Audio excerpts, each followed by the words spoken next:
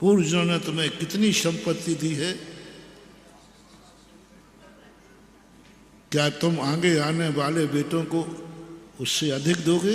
कुछ अपनी कमाई मिला के खाओगे? पूर्वजों की संपत्ति खाने का अधिकार तुम्हें नहीं है।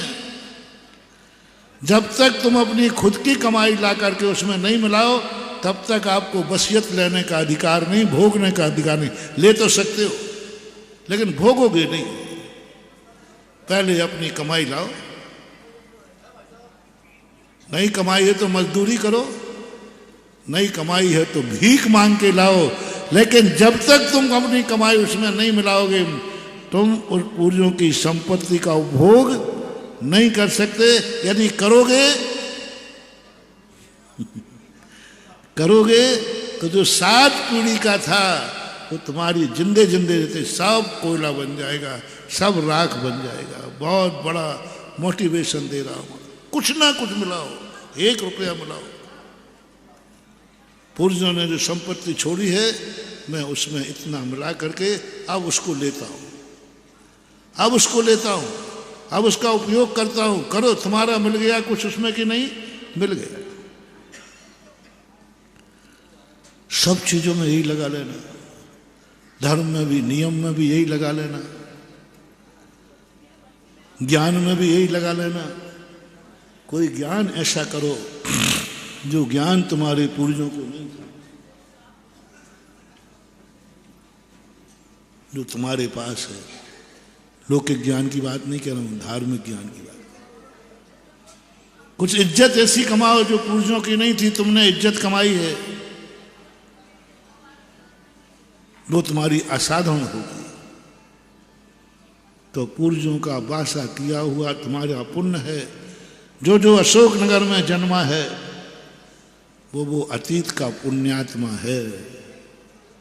बस जब पुण्य लेकर आए हो, इतना पुण्य है कि संसार से सबसे बड़ा पुण्यात्मा वो होता है जो आर्य खंड में जन्मे, आर्य खंड में जैन कुल में जन्मे, जैन कुल में भी अच्छे कुल में जन्मे, अच्छे कुल में वहाँ जन्मे जहाँ जिनेन्द्र देव का मंदिर हो, ऐसे कुल में जन्मे जहाँ गुरुओं का आना जाना बना हो, ऐसे कुल में जन्मे जहाँ पंच कल्याणक होते हों, ऐसे कोई ऐसे गांव में जन्मे जहाँ निरंतर विधान पूजा पाठ चलते रहते हों। ये चरम पुण्य है, इसमें कोई संदेह नहीं है। अशोकनगर की पूरी समाज को कह रहा हूं, तुम सब अतीत के पुण्यात्मा हो, क्योंकि पुण्यात्मा के लिए जो लक्षण कहे गए वो आपके पास हैं। पर मैं एक इसलिए आज कह रहा हूं, कहीं वो सब पुण्य बिला न जाए, कहीं वो पुण्य पाप में न बदल जाए, कहीं ये पुण्य ऐसा ना हो जाए कि आज तुम चरम पुण्य में हो और सबसे चरमहीन हो जाओ। इसलिए ये पंच कल्याणक हैं, इसलिए मंदिर हैं।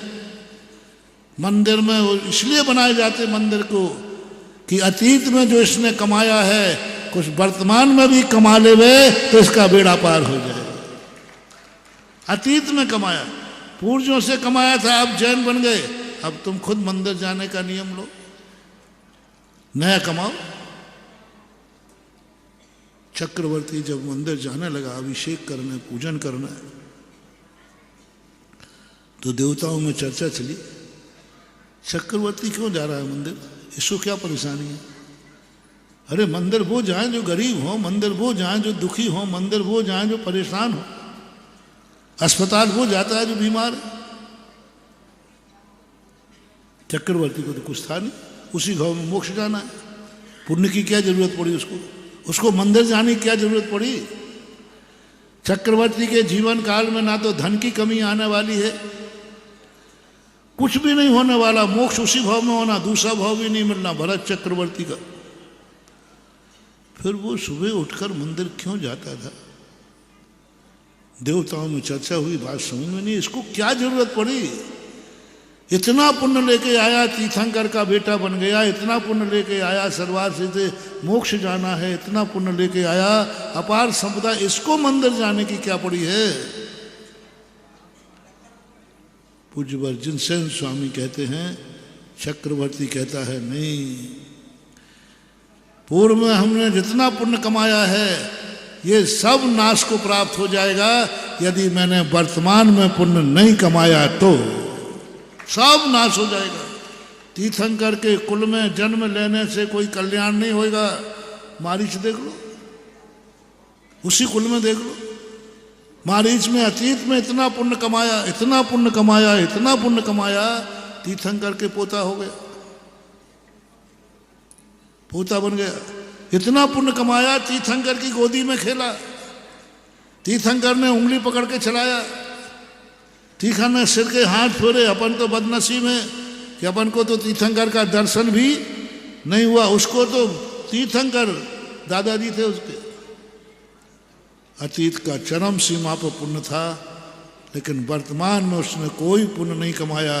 परिणाम ये हुआ, तीर्थंकर के कुल में जन्म लेकर के एक कोड़ा कोड़ी सागर वर्ष तक ऐसी निंदनीय पर्याय बनाई, 8 करोड़ बार गधा बना है, गधा।